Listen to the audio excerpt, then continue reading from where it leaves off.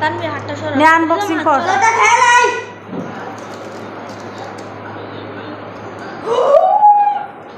chicken ও মাই god এটা কি pizza এটা